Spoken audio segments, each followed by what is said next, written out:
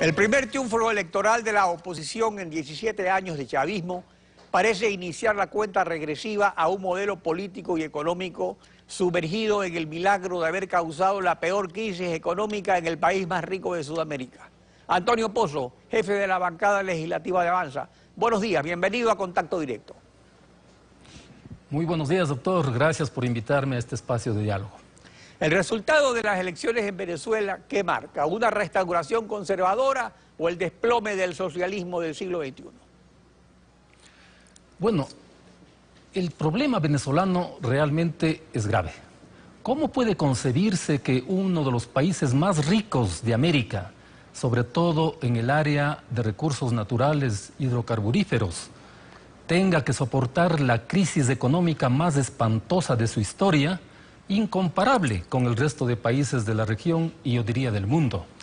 Lo que acaba de ocurrir en Venezuela es un voto castigo de la gente, del pueblo de Venezuela, a un desgobierno caracterizado por la prepotencia, caracterizado por la intolerancia, por el ataque a los medios de comunicación, por la criminalidad y una cantidad de problemas de orden socioeconómico que el pueblo venezolano y América Latina y el mundo lo conoce. ¿Cómo puede concebirse que este país tan rico tenga el 73% de sus familias en la pobreza, tenga un decrecimiento de su Producto Interno Bruto de menos 10%, uno de los decrecimientos más bajos del mundo, que tenga una inflación que supera el 200%, un desabastecimiento del 60%, una deuda externa que duplica el presupuesto general del Estado del Ecuador del 53% del PIB. Ahora, pero todo eso no lo hizo Maduro, eso es un acumulado de 17 años de un poder absoluto.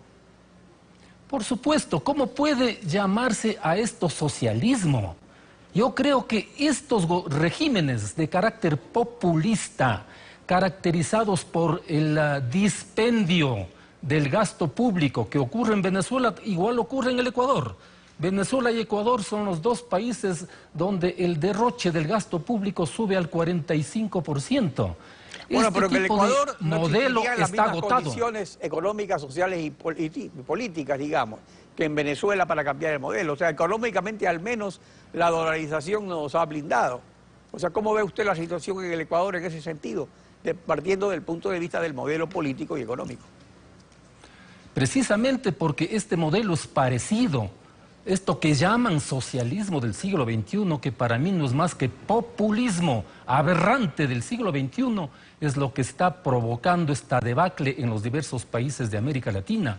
Ya se inició en Argentina, hoy continúa en Venezuela, y como dice pues curiosamente el inteligente Bonil, parece que la espada de Bolívar ahora se ha convertido en la escoba de Bolívar que está recorriendo por América Latina.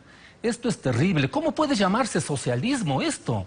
Realmente es increíble. Yo creo que estos gobiernos definitivamente están asestando un duro golpe a los principios básicos del socialismo. Ya lo dijo el presidente Mujica, en estos gobiernos no se ha construido un carajo de socialismo. Eso lo dijo ese gran hombre uruguayo, pues que es un ícono a nivel regional y a nivel mundial.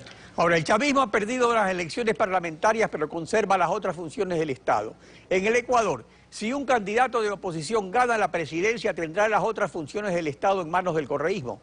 Es imprescindible entonces la unidad de la oposición, no solo para captar el poder con las elecciones, sino también para gobernar. Bueno, hay que advertir que la Mesa de la Unidad Democrática en Venezuela alcanzó 112 escaños, que es la mayoría calificada para tomar decisiones trascendentes en la vida política de Venezuela, hasta la revocatoria del mandato presidencial, el cambio de ministros, el cambio del Consejo Nacional Electoral, de ministros de la Corte de Justicia, etcétera, al igual que adoptar medidas para que sean liberados todos los presos políticos que existen en Venezuela y que, dicho sea de paso, pues Maduro ha dicho ya que él no acatará ningún tipo de decisiones de esta naturaleza por parte de la Asamblea Nacional. Esto realmente es peligroso. Ya recordemos que Maduro dijo antes que él ganará a como dé lugar. Lo que pasa es que una reacción aplastante de la población en las urnas determina que no pudieron realizar ningún grado de fraude. Por esa razón tuvieron que... Claro, pero el asunto es la unidad. Esa mesa de la unidad unió a todos. Entonces, es lo que estamos analizando. ¿Es eso posible? Porque no solo se necesita para ganar una elección, se necesita para gobernar. Es que si alguien gana y no tiene los recursos para hacerlo, con las otras funciones del Estado en contra, va a ser también un desastre para el país.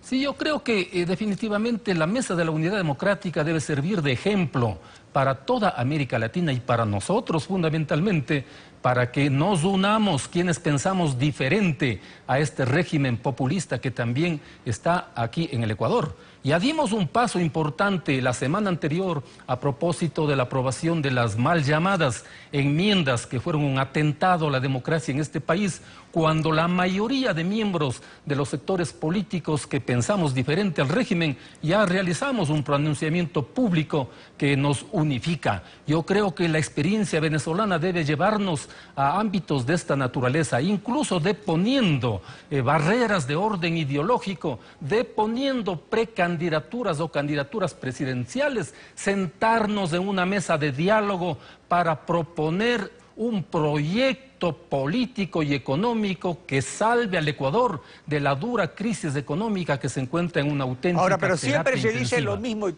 cada 4 años ocurre también lo mismo, que no hay esa unidad. Si no se puede unir derecha e izquierda, al menos fue posible en la izquierda con Alberto Acosta en el 2013, pero sacaron menos votos que Marta Roldós en el 2009. No tuvo el apoyo Marta Roldós de Pachacuti y MPD que estuvieron con Correa. Ahora, en el 2017, avanza. ¿Con quiénes ve factible una alianza? O sea, si tiene que ser de todo el espectro político o solo la izquierda por un lado y la derecha por otro lado.